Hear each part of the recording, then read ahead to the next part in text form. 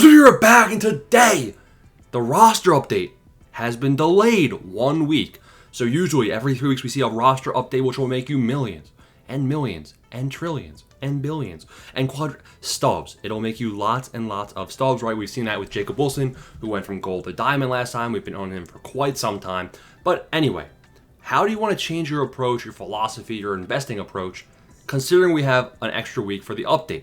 So the official update, I haven't actually verified this, but everyone's been telling me it's 4 weeks. By my math, that looks like July 11th. So if the update is July 11th, that is still 3 weeks away. Meaning, or really 2.5 weeks by the time you guys are watching this. But 2.5 weeks, what does that mean? So there's actually a couple very important things, very important tips that you want to have, right? So we change our approach. Usually, 3 week windows. Usually the first week, you're really just trying to get in on players, and then the next 2 weeks, you're trying to make sure that you're tearing up, getting rid of players that are, trash, tearing up to guys that you think actually will go up the day of the update. Now that we have an extra week for this investment period, right? Now it's about milking the supercharges, milking the hype flips, milking the performances, and basically just hitter flipping and pitcher flipping is what I would recommend early on in this period. What am I talking about? Cal Raleigh, 89 overall. He was around 8,000 stubs a few days ago.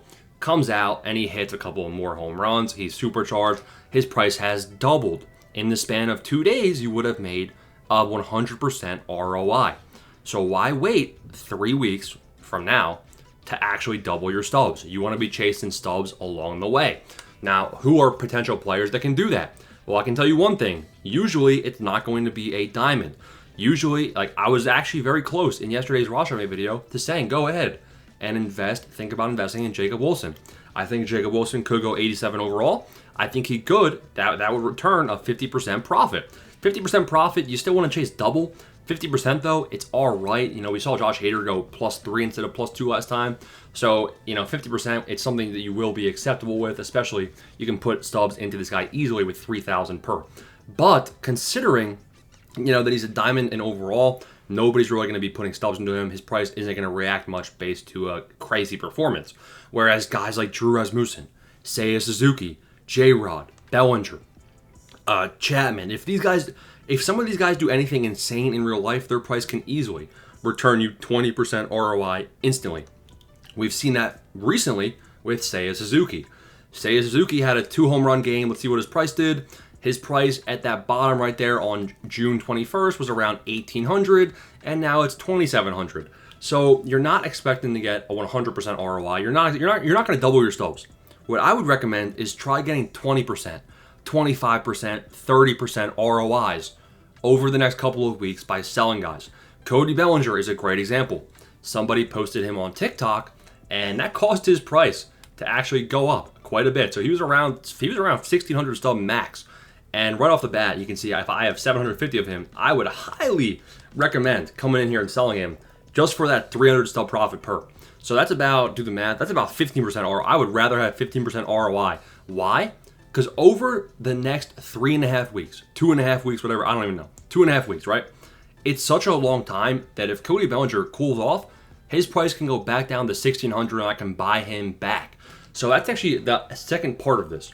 You want to try flipping guys, right? So you want to, like Chapman. That's a bad example. Seiya Suzuki, right? So when he was at 2,700 stubs, right? What you want to do is you don't want to move off of Seiya Suzuki permanently, because Seiya is a front runner for diamond. So you're kind of going to want to have him in your inventory. So what you're hoping is kind of like anti-investing. You're hoping that you sell Seiya Suzuki right now for 2,700 each. And that means that you sold him for 2,400 post-tax. You're looking to buy him back at a price of around 1,900, 1,950.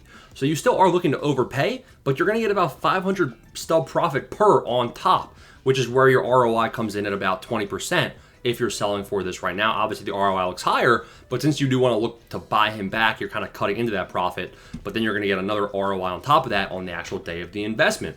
But for that to happen, Seiya Suzuki would need to cool off a little bit, right? Like, his price is not just going to randomly go down. If he hits another 3 home runs, his price will be probably close to 3,000. So this could work against you, but that is the approach you want to have. So to conclude, we want to make sure that we are chasing the highest upside guys. You still want to have guys in your inventory that you are confident about holding through the update period. I do not recommend paying much above quick sell.